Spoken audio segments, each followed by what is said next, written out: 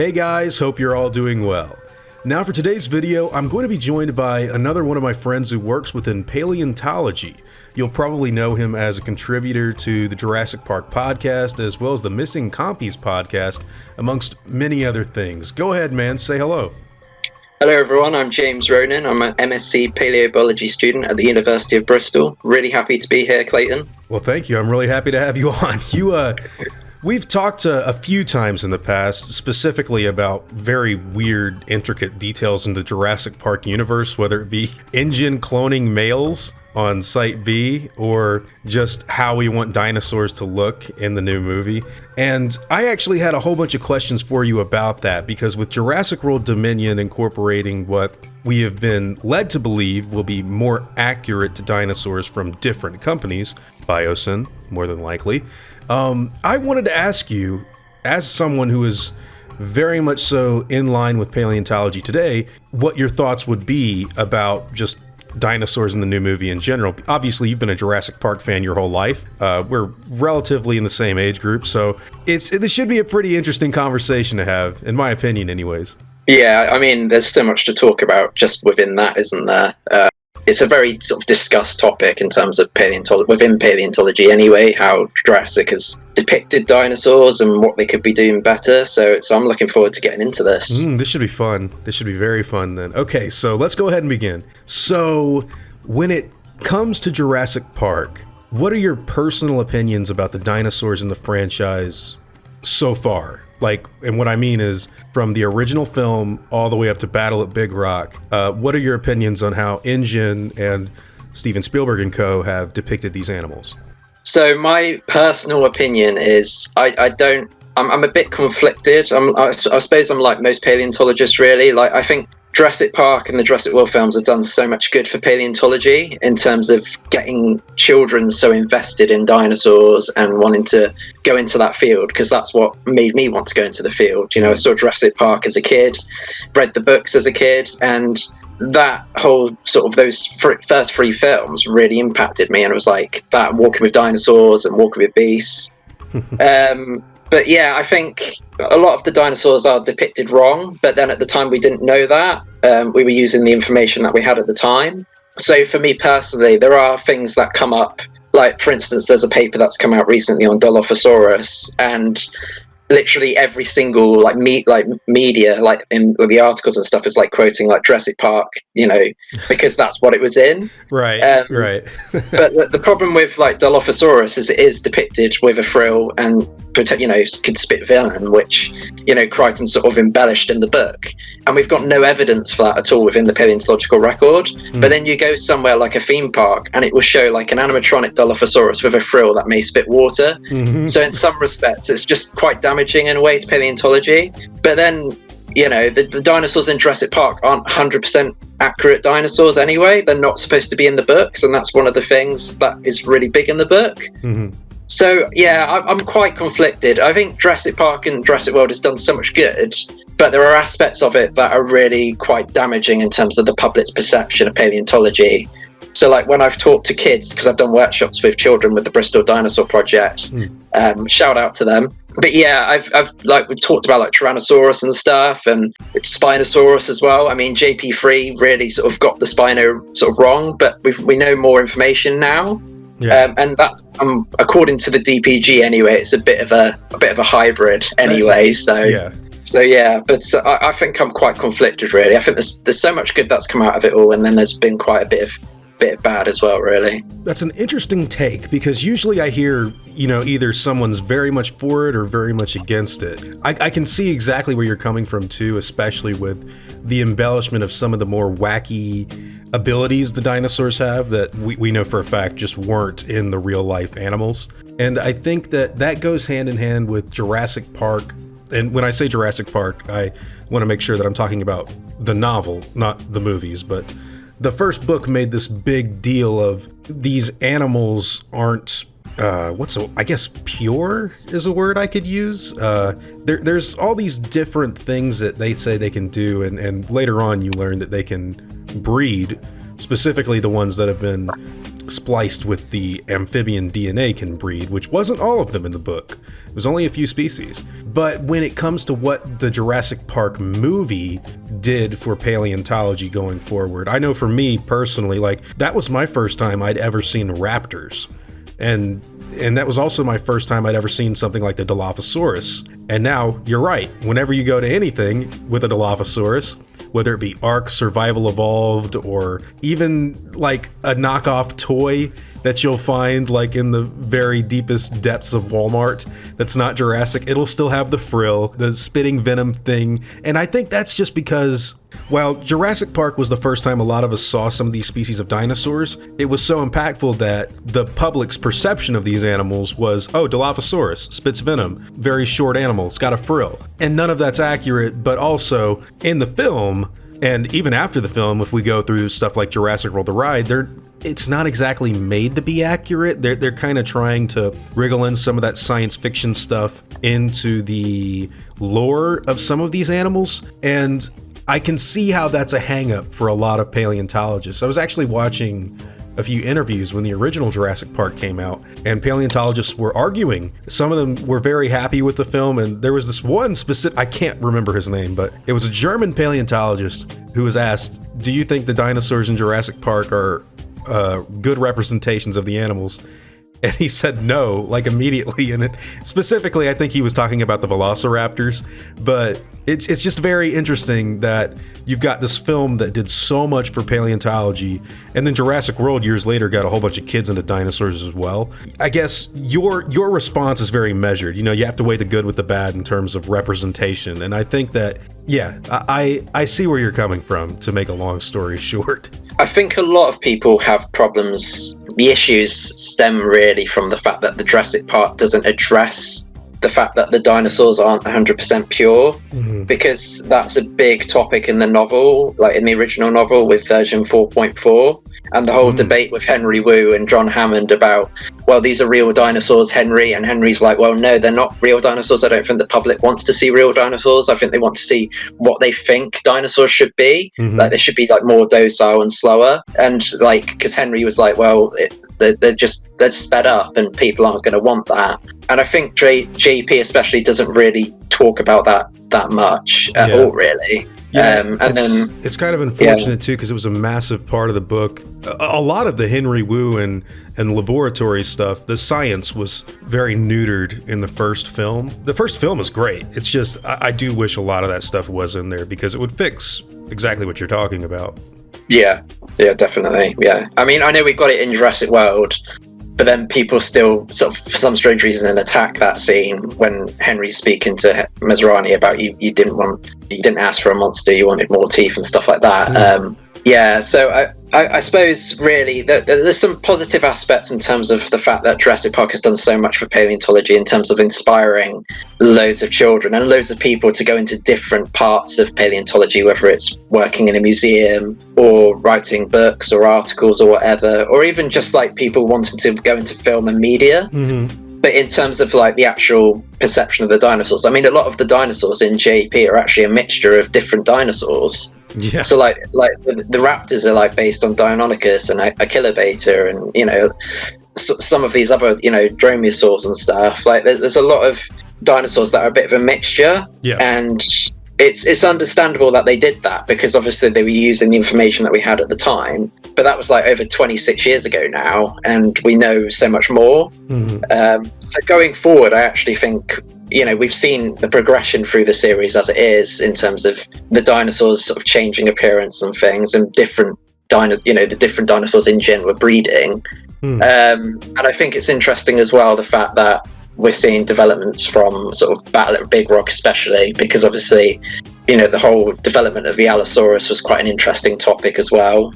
So I'm looking forward to seeing more of that Allosaurus in the next film, hocefully. Yeah, me too. That actually, what you said just kind of lines up with the next question I wanted to ask you, which is, how do you think other companies like Biosyn or whatever are going to try and improve upon InGen's clones now that both the DNA and the dinosaurs themselves are off island? What do you think they're going to do to try and make a better dinosaur? Right, I'm really excited about this, because the fact that Biosyn are coming back, I'm just so thrilled. Right, yeah.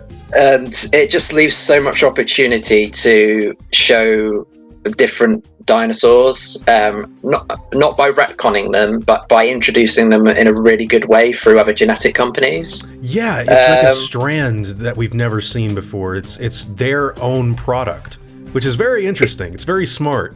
Yeah, I personally think like the film that Dominion is going to have, it's going to show Biosin, and it's going to show the technology that they have, and it's going to be radically different types of technology compared to what we've seen with InGen. So I think that's going to be quite interesting if that is shown. But in terms of sort of how they're going to improve, I think feathers will probably be introduced again properly. Yeah. And which I think will be really great. But I also think the dinosaurs may actually be a bit more slender in terms of sort of skull shape, especially like the carnivores. Maybe like if we get maybe some new dromaeosaurs or whatever, raptors or whatever, I think we may see something like that. I did like the nod in Fallen Kingdom where they actually had the little velociraptor, the skeleton on, it was like on a bit of a plinth or something in the Lockwood Manor. I really liked that little nod because it was just in the background there. I was just like, oh, that's pretty cool. So yeah, I think I suppose it depends really what genetic companies they bring in, because obviously Biosin is the big one, but they could add in some other companies as well. We saw at the end of Fallen Kingdom that the DNA was being taken all over really, and the dinosaurs themselves had been bought and were going across the world. So I think we may see some different versions of dinosaurs, probably a lot more colourful actually. I think that would be a good way to sort of just, make them more distinct, have more sort of feathers and make them more colourful, because obviously a lot of the dinosaurs that through past Jurassic films have had very, I suppose, bland colourings. Yeah, it hasn't very been anything muted, kind of dull coloration. Yeah, muted. Yeah, nothing too sort of extravagant. So I think that would be a good way of making sort of differentiating them as well. Yeah, that was a pillar of especially Jurassic Park and the Lost World, was you get, all the dinosaurs in the first Jurassic Park are pretty much brown or gray, and then you've got the sequel, The Lost World, and you've got the males, and what are they? Well, they're green. Even though the raptors had the tiger stripes and stuff. But yeah, I like those. Yeah. I do too, man. Lost World's got some great dinosaur designs. But yeah, you make a really good point that a way to differentiate them, and maybe even tie them more into the bird-like relative that we know that they have, is to actually make some of these newer clones much more colorful, which we know would be a differentiation between like female and male for breeding or display or whatever. So I never even, that's such an obvious thing that you don't think about, but it's like, they could definitely do something like that. But the raptors in Jurassic Park 3 were a little more colorful, and speaking of them, we've seen a brief glimpse of more avian features on something like the quilled raptors in that movie. How accurate was that look to paleontology at the time? And I also want to ask, how do you think they could make even more accurate raptor species, whatever those raptors might be, in 2020 and beyond? See, I think with the raptors in JP3, I remember like the information about it all before the film came out, the fact that we're making the raptors a bit more, I suppose, accurate. Yeah. I mean, I personally think like the quills and stuff, quills on dinosaurs, we know that some of them had them, but they're so basic, sort of like in JP3. Right. Yeah. They're only sort of on the head. Like a mohawk. Sort of on the back of on the back of the neck, yeah. So, but then, the JP3 raptors are very... But they're not really as accurate anyway, because they've got the pronated hands and stuff, which has been, it does a little bit irk me, I suppose, like the fact that the raptors have this weird posture with their hands, and it's just like it's not right at all, and it doesn't make any sense either, because the way the wrists are down, how is it going to attack its prey? It just looks really odd. I suppose it's very bird-like, but I don't really know why they decided to go with that posture. I like the Jurassic World raptors. I think they're a bit more of an improvement, but I don't know. I think the only way for the raptors to sort of change really is like we just talked about, if other genetics companies make their own. I don't want the series to do just retconning, because I think that's just going to mess up what's come before. Like Jurassic has had this pattern of working more from what's come already, but not developing it as much. Yeah, and that's fine. It's doing its own thing. My main concern really is just making sure that it's canon, and just making sure that the series just doesn't deviate away from that and do something that just retcons what we've already seen, and it doesn't make any sense. Yeah, I agree with you completely. And it's funny that we're on the subject of raptors in Jurassic Park 3. That's a big topic of retconning, is the whole Alan Grant dream sequence where he sees the new male quilled raptor on the plane, even though he's never seen that raptor before. So it's very questionable. But yeah, I agree with you completely. And I think that through a new company making, like, let's say they introduce something like a Dakota raptor, and the Dakota raptor's feathers are like, something like a red hawk, or the way they connect and the coloration of them, and maybe they don't just have quills. Maybe it's more of this tail fanish sort of development going on by Biosyn. As long as they don't try to force it in like, oh, this is the way the raptors have always looked, I think we'll be okay. Well, hey, with the news of Steve Bersati taking over from Jack Horner as lead paleontological advisor on Jurassic World Dominion, what kind of changes do you personally believe this could mean for Jurassic World going forward? This is a really good question. I'm sort of fairly familiar with Steve. Like, he actually gave a talk to my paleobiology group a while ago. They were doing some work on crocodilomorph. It was looking at the inner ear, which was really interesting. But yeah, I haven't actually picked up his new book, actually. I haven't read it yet. So I've got it too. I haven't read it just yet either, but it's like sitting right there on my like behind me. Yeah, I still need to buy it. Like, I've got so many paleontology books to read anyway as it is. So, right. But yeah, I think this is a really interesting choice. I think it's a really good choice. I mean, Steve did the masters that I'm doing now a good many years ago, and now he's up at Edinburgh as the professor of paleontology there. So I think it's a really good move. I was surprised when Jack Horner was let go. Obviously, I fired a tweet to Colin, like, asking if Jack Horner was coming back, and then Jack replied back to me and said that he wasn't. So that was a bit of a shock. I mean, I know we chatted about it in our chat. Right. But yeah, I think this is a really good move. I think we are going to see more. I mean, we've seen it in Battle of Big Rock, the fact that the Allosaurus changed sort of development, really, like the whole body sort of changed and what it looked like. So I think that we're probably going to see more. I think I'm most interested in the fact that the dinosaurs now are off the island and in environments where we could see changes, because obviously they may start adapting to the environment that they're in. But then I don't really want to see, like we talked about already, sort of that sort of evolution being sort of outright in terms of, oh, the raptors have just evolved, right? And unnatural, so quick. Yeah, it wouldn't make much sense. But I think Steve's role will help in terms of, if they're going to introduce other dinosaurs from other genetics companies, I think Steve will probably help in terms of how are these dinosaurs moving, how colourful are the feathers. I think it's just going to be really interesting. And also the fact that Jack Horner was a huge part of the series for so long. It gives another really great paleontologist, a chance to make a difference in the series. Yeah, and I think that if there was any film that they actually should have gone with someone new, it was this one. If they're being serious about the goal of this film is to introduce a different company with the different versions of dinosaurs, this is the film that would make a lot of sense for Steve Bersati to come in. Then Colin Trevorrow came out and said that the old InGen species aren't being retooled or anything. It's just there's new species out there by a different company. So we're not going to see someone throw feathers on like the T-Rex from the first movie. It's a different ball game, so to speak.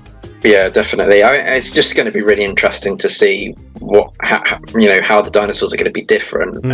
It's uncharted territory for sure. It is, yeah. And I think also the fact that, the dinosaurs are now on the mainland, and I'm actually excited by what Frank Marshall said, because he said this is a new era for the franchise. I know they're going to do new films and stuff, but the fact that they've introduced Biosyn just says to me that they're going to potentially be a big presence throughout the future films. Oh, I didn't even think about that. If they last by the end of this movie, then they most certainly should be. If InGen could last as long as InGen has lasted, with all of their screw-ups and people dying within and outside of the company, I'd say Biosyn could be a big enemy going forward. Okay, but moving on from that, what do you personally think Jurassic World Dominion should do with this new paleontological focus? What are some of the things that they should probably prioritize in their new approach? I think this is quite a difficult question. Sorry. I suppose, yes, that's okay. I think probably going forward, I think more accurate dinosaurs, as long as they're not retconned. I think it would just be nice to see. I mean, Jurassic has dominated the film media in terms of dinosaurs for over 26 years now, and I think whilst I'm really happy that Jurassic has had such an impact, I do want to see more accurate dinosaurs within different dinosaur films that aren't Jurassic related. Mm-hmm.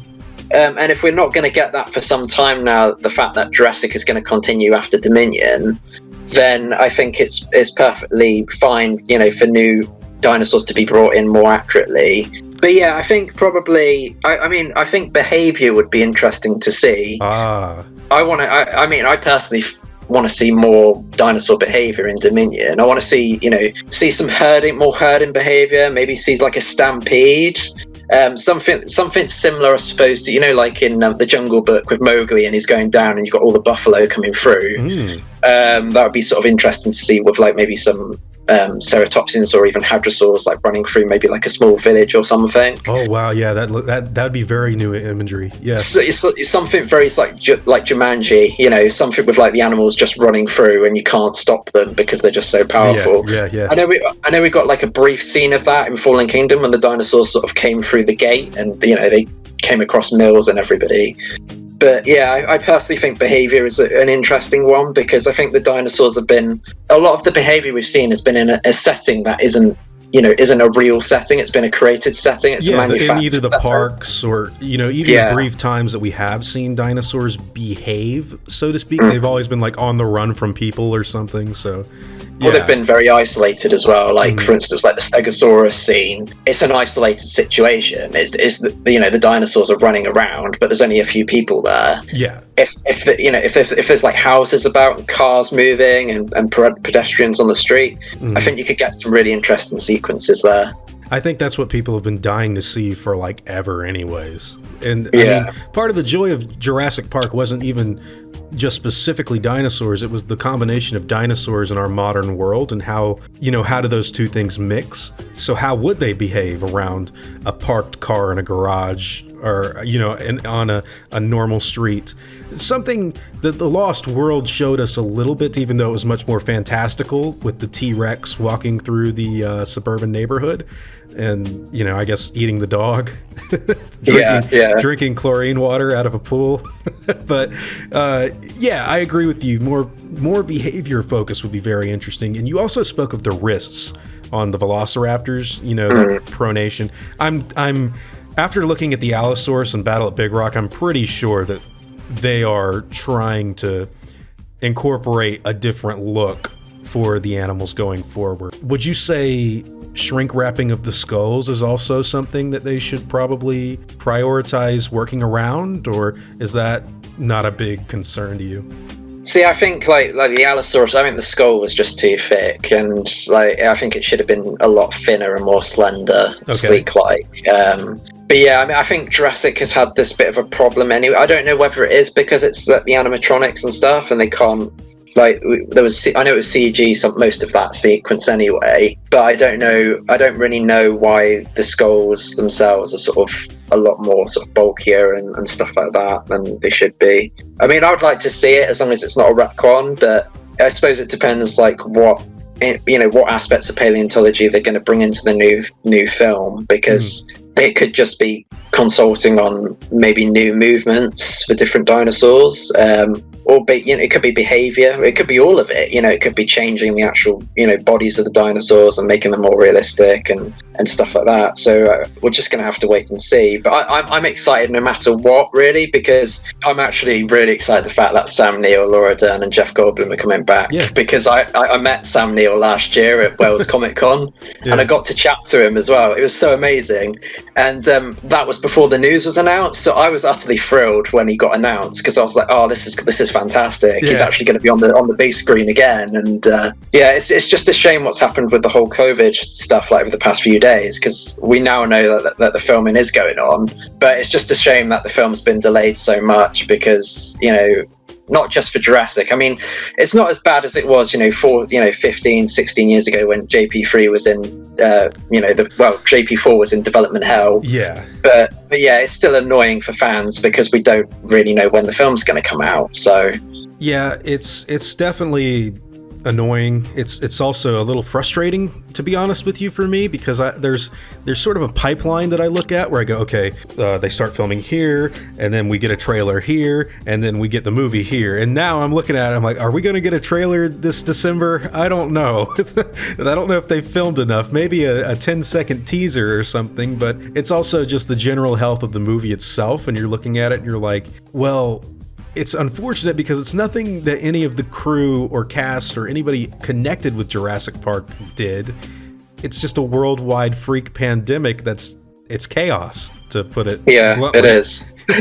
I think it is just one of those things, and there's nothing you can really do about it. And I'm as frustrated as you, because I was looking forward to it coming out next year, and I don't think it probably will meet the deadline for when it's supposed to release. Yeah, I don't think so either. And honestly, they can postpone it if they need to. I would really love for the film to be as good as it possibly can be. Last thing I want is a rushed product, like that. Yeah, same. And you would think that's the last thing they'd want too. This is an important chapter in the saga. Like, for all intents and purposes, this is the most important part of everything. So hopefully things pull through. Hopefully it doesn't get any more complicated than it already is. Yeah, definitely. I mean, I think it's good, the fact that all the precautions that they've taken, like even if someone has got COVID, like they've identified it early and they've dealt with it. So if none of that stuff was put in, they probably wouldn't have known. So yeah, and then it could have spread and gotten yeah. So they seem to be really well prepared anyway in terms of how they're going about filming. Yeah. Okay, so this question is a bit more subjective, but I'm still going to ask it. Should dinosaurs in the Jurassic Park franchise be scientifically accurate? What are your thoughts on that? Well, I mean, the JP dinosaurs haven't been exactly scientifically accurate 100% at all since the first film. So, I mean, if we go back to 1993 and the development of the film, I think they could have done probably a lot more to maybe make some of the dinosaurs more distinct. Don't have the Velociraptors have attributes of the Deinonychus. I know Crichton did it in the book, but then The Lost World completely deviated from the second novel anyway. So I think they're sort of taking bits and sort of adapting it, which is perfectly fine. But yeah, I think you can't change the past. So I personally think now, moving forward, Steve's now been brought in. I think there's opportunities to sort of adapt dinosaurs in a different way, as long as it's not a retcon, and through different genetics companies and stuff. I think it's an interesting question, because a lot of people probably won't share my view, and I know quite a lot of paleontologists don't, and it's always one of those things. Like, I think if you've read I think some fans find it difficult if you're a movie fan for the franchise but haven't read the books, because in the books it is more explained, and I feel like films are more of, they've taken a lot of the stuff from the books, like we saw in Fallen Kingdom. There are so many themes in that film that relate directly to the original novels. Mm-hmm. Yeah, when it comes to the Jurassic World trilogy, they really have dived back into the books in a very sincere, and I think for a lot of people, shocking way, because the earlier sequels did not do that.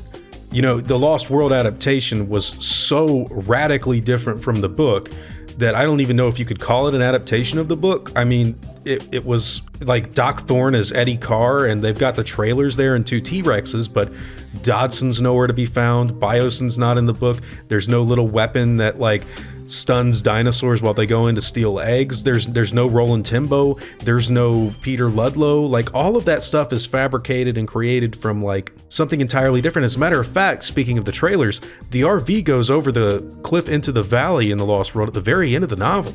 So yeah, it does. Yeah. You know, you're looking at two completely different stories. And when you get to Jurassic World, you mentioned earlier Henry Wu's speech with version 4.4, and then you got Fallen Kingdom, which is adding in all of this information about dinosaur behavior versus parenting, nurturing, nature when it comes to the Indoraptor needing a mother, which was a big point of The Lost World, with the raptors on Sorna were vicious monsters because they didn't have, they were. you know, paleontological aspects from the fossil record that could teach them how to be an accurate animal. There's all these ideas coming through now, and I do think it can be shocking. I think people are like, well, what? This wasn't in part 2 and part 3, but it's like, yeah, because part 2 and part 3 didn't pay attention to the books.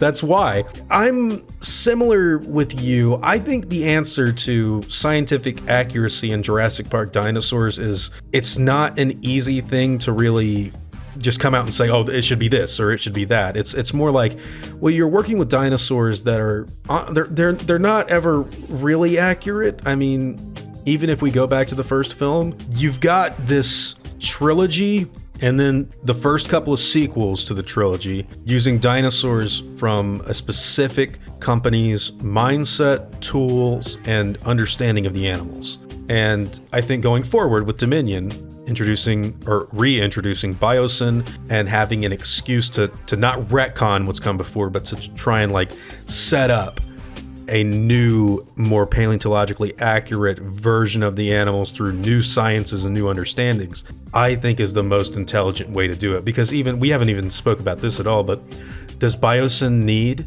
to go into fossilized mosquitoes and amber to get the DNA? Like, that's a big question, isn't it? Yeah, and I don't see anybody talking about that. It's like, now that the dinosaurs are all over the place, maybe they could steal an Allosaurus, go into the code and say, well, you know what? Let's get rid of this. Let's code Allosaur DNA. Let's see where they've put in West, African bullfrogs and stuff like that. Let's get rid of that, and let's just put something that we think is more in line with what an Allosaurus would be related to, whether it be a heron or a hawk or an eagle or maybe an ostrich or whatever, it could be. And maybe they've cloned like some other like earlier version of birds before that they can insert in there. That's part of the fun of introducing this new company is, like you said, their tech's probably not like InGen tech.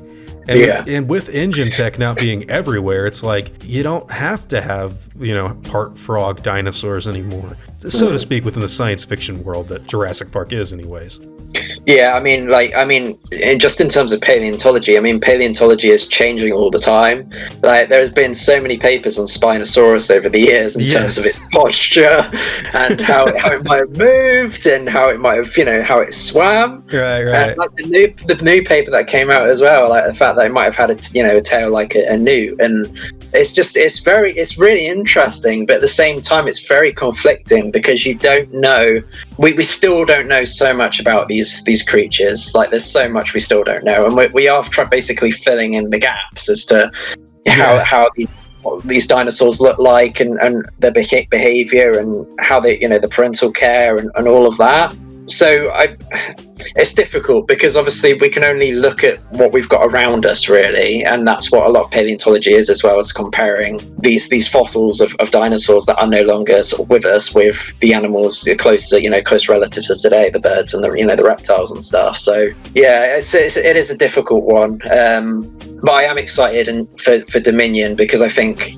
The fact that I saw that photo on Twitter the other day about the cryocan, like a replica being set to the Dominion set. Right. It leaves so much opportunity for that potential storyline that was set up in JP. So yeah, it depends where they take it. They could just have it in the background somewhere in a glass case or whatever. Yeah, that's what I think they'll do because of they'll have to work around the whole 36 hours lifespan for the can sort of thing. I don't remember who it was, but someone in the chat said that what if the original Maisie found the can in 93? That was me. Yeah, that was you. Yeah, that was me. Jurassic Collectibles mentioned about the cryocan being in the case, but yeah, I said about what if actually it was Maisie who actually found the original can, and she was on the island, maybe like a day after. I mean, it was covered in mud, so it might have kept it cool. I mean, we don't know. But yeah, I mean, and then say Biosyn killed her or something. I think that would be really quite dark. It's very dark. Now, I don't know how that would fit within the timeline of everything, if the Lockwood would have fallen out with Hammond before then, but at the same time, I'm thinking about it, I'm like, I kind of want to see that. I see like see Maisie just picks up the can, and she's like, what's this? And you just see Dodson come behind her and cap her in the head. It's like, whoa, that's violent. But yeah, they can take this in so many different directions, and it's actually very exciting to see where they go with it, especially with the whole human cloning thing, which was something that Michael Crichton, I know we're getting off the subject of dinosaurs, but Michael Crichton spoke quite a few times about cloning and ethics of cloning humans specifically, and this is like, he'd been talking about that since like the 70s, man. Yeah. So like, but yeah, man, that was the last question I wanted to ask you. I really do appreciate you coming on. You've given a lot of good insight to these movies and to the paleontological world that they're going to be working closer with in this next one. I want to let everybody know that James actually has a blog. Can you go ahead and talk a little bit about that? Because it should be interesting for them to hear, actually. Yeah, so I run my own personal blog. It's called JurassicFindsBlog.com. Basically, I just share the paleontology stuff that I'm doing on there. I've been quite surprised because I set it up about 2.5 years ago, and the blog's had over 8,000 views in that time. So I've been sharing it like in paleontology groups on Facebook and stuff, and it's been pretty well received over the past couple of years. Unfortunately, I haven't been able to write as much as I've been wanting to, because I've been I was writing another proper paleontology journal article on Vallis Fails, so it's looking at the Ratian of that formation, which is sort of the lower sort of the late Triassic, and looking at sort of looking at fish and chondrichthyans and sharks. So I was writing that alongside before going into my masters, and then doing my masters, and then COVID hit, and now I've decided to take some time off and have a bit of a rest, and then go back to my studies in November. But yeah, so I run that blog, and then I also do stuff for the JP podcast as well. So yeah, so you can follow me at Jurassic James 1 on Twitter, and yeah, feel free to check out my blog and my article as well. Yeah, and the blog is going to be pretty cool for people that are fans of Jurassic Park and maybe want to get into paleontology or learn a little more. And I think what's really cool about that is the fact that there is this site where, because that's a lot of us. We saw Jurassic Park, and then we wanted to learn more about the actual animals themselves. And I feel like your perspective and your little space gives a fun, it's just a world that I think a lot of people want to be in. It's like, oh, you like dinosaurs, you like paleontology, why? Jurassic Park. And I feel like your blog is like the best way to kind of work its way into that. I think people would really love it. Yeah, I mean, like, I've got my own sort of contributor sort of section on the podcast website for the JP articles that I do. So yeah, they've been really good to do. I think the thing is that I'm just so passionate about the franchise, and always have been. Like, I remember like you shared a photo on Instagram the other day of seeing like the Jurassic Park. It was like, was it the JP Legacy website or something? Oh my God, that was that was a very old website from Universal. Yeah, I know. Yeah, I used to go on it all the time. I did too. All the time. Yeah, that was. Oh, that's an archaic, ancient thing. I remember downloading the screensaver for that, and it would just be this T-Rex roaring, and it would piss my parents off so much. But yeah, man, thanks for coming on. It's been really fun. I'd love to get you on again sometime in the future. Yeah, that'd be great, mate. Yeah, I've really enjoyed it. Thank you for having me on. Absolutely, anytime. Jurassic World Dominion, it's going to come eventually. We're both really excited about it. We'd love to hear what you think down in the comments below, by the way, too. Yeah, thanks again, man. All the best. Now, before I go, I'd like to thank all of my game wardens, as well as all of my InGen executives. I'd also like to thank all of my park workers and InGen hunters as well. Guys, it seriously means the world to me that you all continue to support what I do, and I never want you to ever forget that. Now, I'd like to thank you all for watching today's video, and hope that you all enjoyed the content. If you feel like I deserve it, I'd appreciate the like, and hope that you'll consider subscribing if you're interested in hearing from me again. I'll see you all in the next video, guys, and as always, take it easy.